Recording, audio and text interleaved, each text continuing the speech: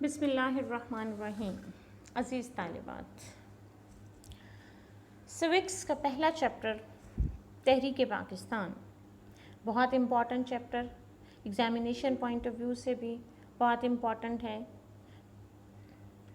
تحریک پاکستان جس کے بارے میں آپ میرا خیال ہے بچپن سے پڑھتے ہوئے آ رہے ہیں، بہت ساری چیزیں آپ نے پڑھی ہیں، لیکن اس کے باوجود ہمیں ہر وقت اس کی ضرورت ہوتی ہے کہ ہم ان چیزوں کو ہمیشہ یاد رکھیں، بار بار اس کا ذکر کریں، تاکہ ہمیں پتہ ہو کہ ہمارے آباء و اجداد نے کتنی قربانیوں کے بعد ہمارے لیے یہ مملکت خدا داد پاکستان حاصل کی. انہوں نے نہ صرف اپنی جانوں کی قربانی دی بلکہ اپنے مال کی، اپنی عزتوں کی قربانیاں بھی دیں. بہت لمبی تحریک چلی پاکستان کے لیے، اس مملکت خدا داد کو بنانے کے لیے، اس ملک کو حاصل کرنے کے لیے، اور اس کے بعد ہم نے 1447 کو پاکستان کو حاصل کر لیا. 20ویں صدی میں بہت ساری قومیں ایسی تھیں جن کو آزادی نصیب ہوئی. کئی آزاد اور خود مختار مملکتیں دنیا کے نقشے پر ابھریں. پاکستان بھی ان میں سے ایک تھا. پاکستان کی بنیاد بالکل منفرد اور جداگانہ تھی. کیوں؟ کیونکہ بہت سارے دوسرے ممالک جو ہیں وہ کوئی رنگ کی بنیاد پر وجود میں آیا، کوئی زبان کی وجہ سے آیا، کوئی علاقے کی وجہ سے آیا، لیکن پاکستان واحد وہ ملک تھا جو ایک نظریے کے سبب وجود میں آیا. نظریہ کیا تھا کہ ہمیں پاکستان کے واضح شعور اور پاکستان کے استحکام کے پختہ عزم کے لیے اس نظریہ کا فہم ہونا ضروری ہے. یعنی ہمیں پتہ ہونا چاہیے کہ نظریہ ہے کیا اصل میں. انگریزی میں اسے آئیڈیالوجی کہتے ہیں. ڈاکٹر جارج برائس اس کے لیے انہوں نے اپنی ڈیفینیشن دی ہے. وہ کیا کہتے ہیں؟ وہ کہتے ہیں کہ عام زندگی کا ضابطہ یا کوئی پروگرام جس کی بنیاد فکر و فلسفہ پر استوار ہو آئیڈیالوجی کہلاتی ہے. یعنی عام زندگی کا آپ کا ضابطہ اخلاق، آپ کا پروگرام، آپ کیا کرنا چاہ رہے ہیں، آپ کس بنیاد پر زندگی گزار رہے ہیں، آپ حاصل کیا کرنا چاہتے ہیں. یعنی ایک آپ کا فلسفہ ہوتا ہے جس کی وجہ سے آپ زندگی گزار رہے ہوتے ہیں. ہر انسان کی ایک آئیڈیالوجی ہوتی ہے. اسی طرح ورلڈ انسائکلوپیڈیا وہ کیا کہتے ہیں جی؟ وہ کہتے ہیں کہ نظریہ سیاسی اور تمدنی اصولوں کا مجموعہ ہے جس پر کسی قوم یا تہذیب کی بنیادیں استوار ہوتی ہیں. یہ کسی قوم یا ثقافت کے فطری نشو و نما کے عمل میں مدغم ہوتا ہے. یعنی اس سے مراد یہ ہے کہ نظریہ سیاسی بھی ہوتا ہے، سیاسی اصول بھی اس میں شامل ہوتے ہیں، اور تمدنی اصول بھی ہوتے ہیں. تمدن سے مراد یعنی ہمارے رہن سہن کے اصول، ہم کیسے رہتے ہیں، کوئی بھی معاشرے کے اندر، کسی بھی معاشرے کے اندر لوگ کیسے رہتے ہیں، ان کا مذہب کیا ہے، ان کا طریقہ کار کیا ہے، وہ کون سی چیزوں کو پسند کرتے ہیں، کون سی چیزوں کو ناپسند کرتے ہیں، ان کا فلسفہ حیات کیا ہے، ان کی تہذیب کیا ہے. تو کسی قوم یا ثقافت کی فطری نشو و نما جو ہوتی ہے اس پر بنیاد ہوتی ہے کسی بھی تحریک کی. نظریہ سے مراد ایسا ضابطہ یا پروگرام ہے جس کی بنیاد فلسفہ و فکر پر رکھی گئی ہے اور انسانی زندگی کے مختلف پہلوؤں مثلا سیاسی، معاشرتی، تہذیبی مسائل کے حل کے لیے کوئی بھی منصوبہ بنایا جاتا ہے. تو اسی طرح تحریک پاکستان کو حاصل کرنے کے لیے ایک بنیادی فلسفے پر کام کیا گیا. لوگوں نے متحد ہو کر پاکستان کو حاصل کرنے کے لیے جد و جہد کی. اس کے بعد آ جاتے جی نظریہ پاکستان کا مفہوم، کہ اصل میں اس کا مطلب کیا ہے، میننگ کیا ہے. پاکستان کو کہا جاتا ہے، آپ سب کو پتہ ہے کہ پاکستان ایک نظریاتی مملکت ہے جس کی بنیاد کس چیز پر تھی؟ ایک فلسفہ حیات پر استوار کی گئی. اور وہ فلسفہ کیا تھا؟ وہ تھا دین اسلام. پاکستان کے تمام اساس دین اسلام ہی ہے، اور وہی لاہ عمل ہے جس کہ جو تحریک پاکستان کے پیچھے جو جذبہ کار فرما تھا وہ دین اسلام ہی تھا. کیونکہ ہم نے اسلام کے مطابق زندگیاں گزارنے کے لیے، اس وطن کو حاصل کرنے کے لیے ہمارے آباء و اجداد نے کوشش کی. اگرچہ یہ اس میں پاکستان کے اندر ہم دین کے مطابق اور اسلام کے مطابق زندگیاں گزار رہے ہیں یا نہیں گزار رہے، یا بعد میں کیا ہوا حاصل کرنے، یہ ایک الگ بحث ہے، یہ ایک الگ موضوع ہے، لیکن اصل کن وجوہات کی بنیاد پر، کس کو بیس بنا کے ہم نے پاکستان کو حاصل کیا، ہمیں ابھی فی الحال تحریک پاکستان میں ہم ان تمام چیزوں کو دیکھیں گے۔ تو نظریہ پاکستان اور اسلامی نظریہ حیات کو ہم مانی قرار دیا جاتا ہے۔ بلا شبہ نظریہ حیات نظریہ پاکستان کی بنیاد ہے۔ بر صغیر میں صدیوں تک مسلمانوں کی حکومت رہی اور وہ اپنے مذہب کے مطابق آزادانہ زندگی بسر کرتے تھے، کیونکہ مسلمانوں کی حکومت تھی تو ظاہر ہے مسلمان اپنے حساب سے زندگی گزارتے تھے۔ اس کے بعد کیا ہوا؟ انگریز آ گئے، انگریزوں کی حکومت قائم ہوئی تو یقیناً مسلمان اپنی زندگیوں کو اسلام کے مطابق نہیں گزار سکتے تھے، وہ قربانی نہیں کر سکتے تھے، نماز نہیں پڑھ سکتے تھے، وہ باقی بہت سارے جو دین نے ہمارے احکامات دیے ہیں ان پر عمل نہیں کر سکتے تھے۔ اور ساتھ ساتھ دوسری طرف ہندو بھی تھے۔ اب انگریزوں کے، اور شروع میں تو انگریزوں اور ہندوؤں نے مسلمانوں اور ہندوؤں نے مل کر انگریزوں کے خلاف جد و جہد شروع کی، اور آپ کو پتہ ہے کہ قائد اعظم بھی پہلے کانگریس کے ممبر رہے اور وہ متحدہ جد و جہد کے حق میں تھے، وہ چاہتے تھے کہ ہندو اور مسلمان مل کر انگریزوں کے خلاف جد و جہد کریں اور اس بر صغیر کو آزاد کروا لیں۔ لیکن پھر آہستہ آہستہ انہیں یہ باور ہو گیا، انہیں یہ سمجھ آ گئی بات کہ اگر انگریزوں سے چھٹکارا پا بھی لیا جاتا ہے تو اس کے بعد ہندو سامراج جو ہے وہ مسلمانوں کے سر پر سوار ہو جائے گا، وہ اپنی حکومت قائم کر لیں گے اور مسلمانوں کو کبھی دین اسلام کے مطابق زندگیاں نہیں گزارنے دیں گے۔ تو اس وجہ سے قائد اعظم جو ہے وہ 1906 میں انہوں نے مسلم لیگ میں شمولیت اختیار کی۔ تو یہاں پہ جو ہے وہ مسلمان کے ہم اب دیکھتے ہیں، آگے ہم دیکھتے ہیں کہ قائد اعظم اور نظریہ پاکستان، قائد اعظم کے مطابق نظریہ پاکستان کیا تھا۔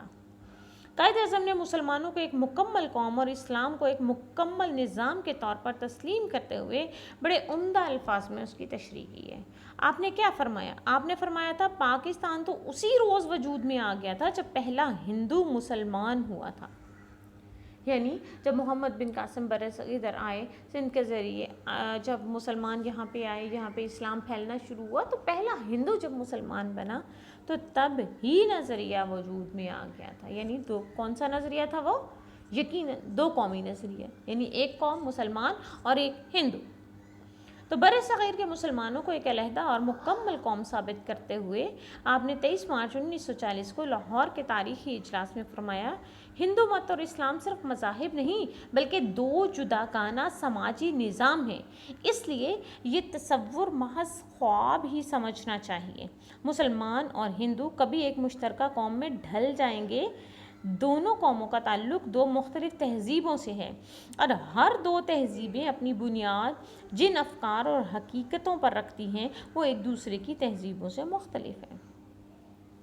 یعنی قائد اعظم نے یہ فرمایا کہ مسلمان اور ہندو جو ہیں ان کی تہذیب مختلف ہے۔ آپ کو پتہ ہے ہندو وہ اپنے بتوں کی پوجا کرتے ہیں، وہ اپنے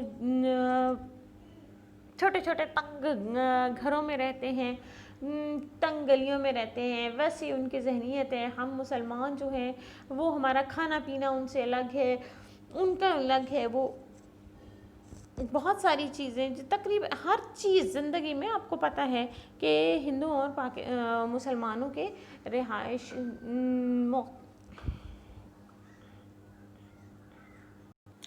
تو دونوں قوموں کی تہذیبوں میں بہت فرق ہے، دونوں قومیں کبھی مل کر نہیں رہ سکتی۔ 1941 میں آپ نے فرمایا، انڈیا کبھی بھی ایک ملک یا ایک قوم نہیں تھا۔ بر صغیر کا مسئلہ بین الاقوامی مسئلہ ہے اور موجودہ اختلافات ثقافتی، سماجی اور اقتصادی نوعیت پر اپنی اساس رکھتے ہیں۔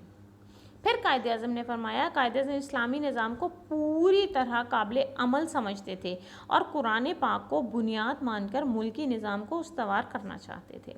انہوں نے آل انڈیا مسلم لیگ کے اجلاس منعقدہ 1943 میں کراچی میں فرمایا، وہ کون سا رشتہ ہے جس سے وابستہ ہونے سے سارے مسلمان ایک جسم کی طرح ہے؟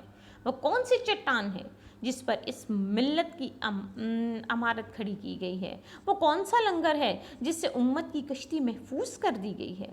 وہ رشتہ، وہ چٹان اور وہ لنگر خدائے بزرگ و برتر کی کتاب قرآن مجید ہے۔ یعنی ہم سب مسلمان ایک کتاب کے ذریعے ایک دوسرے کے ساتھ ملے ہوئے ہیں۔ ہم سب نے اسی کتاب پر عمل کرنا ہے، اسی کے مطابق زندگیاں گزارنی ہیں۔ قائد اعظم نے تقسیم بر صغیر کے حوالے سے بھی کچھ فرمایا تھا۔ کیا فرمایا تھا؟ آپ نے کہا کہ ہمارے دلوں میں آزادی کی بے پناہ تڑپ ہے، ہم برطانوی تسلط سے نجات حاصل کرنا چاہتے ہیں اور اس بات پر کبھی راضی نہیں ہو سکتے کہ ہمیں ہمیشہ کے لیے ہندوؤں کی غلامی اختیار کرنے پر مجبور کر دیا جائے۔ آپ نے تخلیق پاکستان کے بعد قیام پاکستان کے مقاصد بیان کرتے ہوئے بھی کہا کہ 10 سال سے ہم جس مملکت کی تخلیق کے لیے کوشاں تھے، خدائے بزرگ و برتر کی مہربانی سے اب ایک حقیقت بن چکا ہے۔ یعنی یہ بات قائد اعظم پاکستان بننے کے بعد آپ نے کہی۔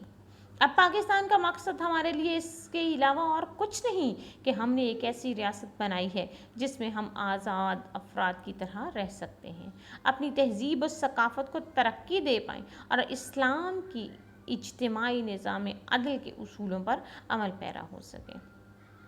نظریہ پاکستان کی وضاحت کرتے ہوئے قائد اعظم نے ایک بار ایسے بھی فرمایا کہ ہم نے پاکستان کا مطالبہ محض زمین کا ٹکڑا حاصل کرنے کے لیے نہیں کیا تھا، بلکہ ہم ایک ایسی تجربہ گاہ حاصل کرنا چاہتے تھے جہاں ہم اسلام کے اصولوں کو آزما سکیں۔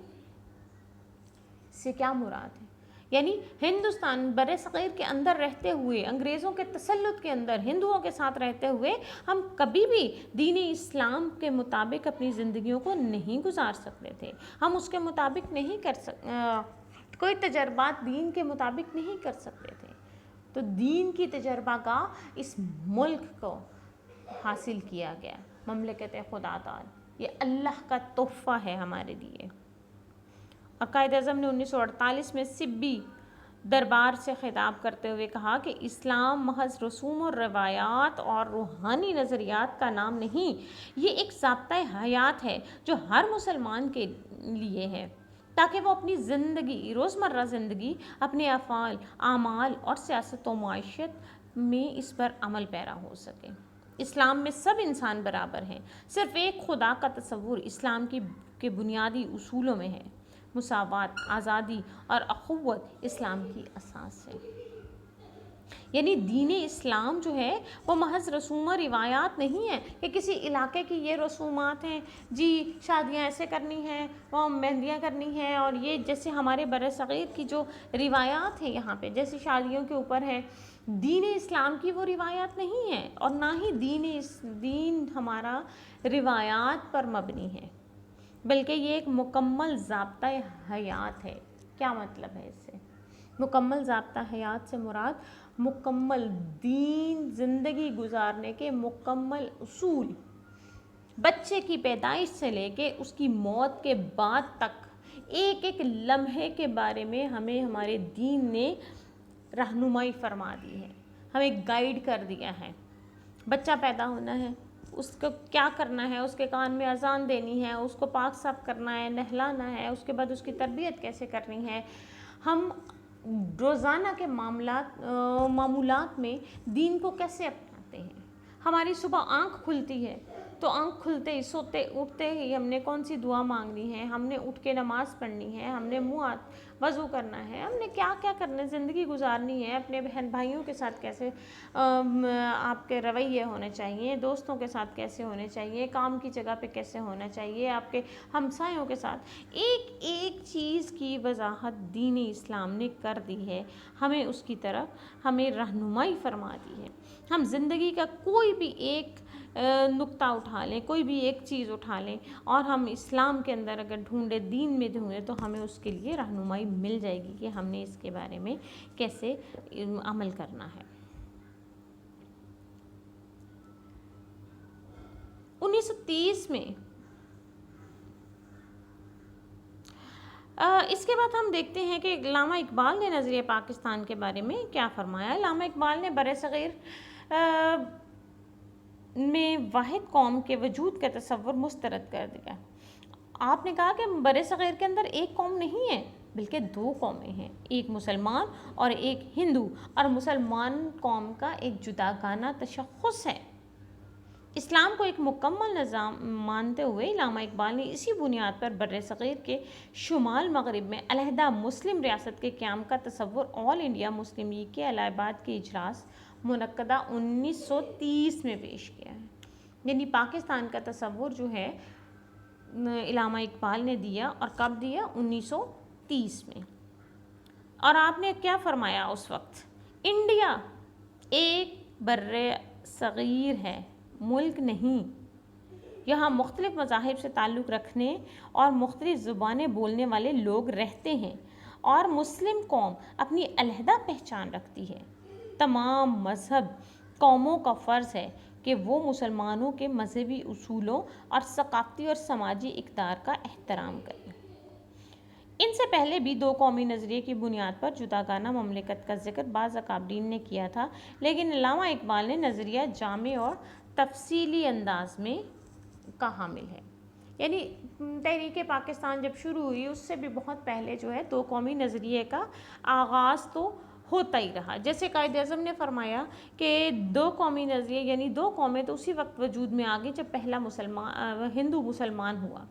تو اسی طرح احمد سرہندی انہوں نے بھی دو قومی نظریہ کا تصور دیا۔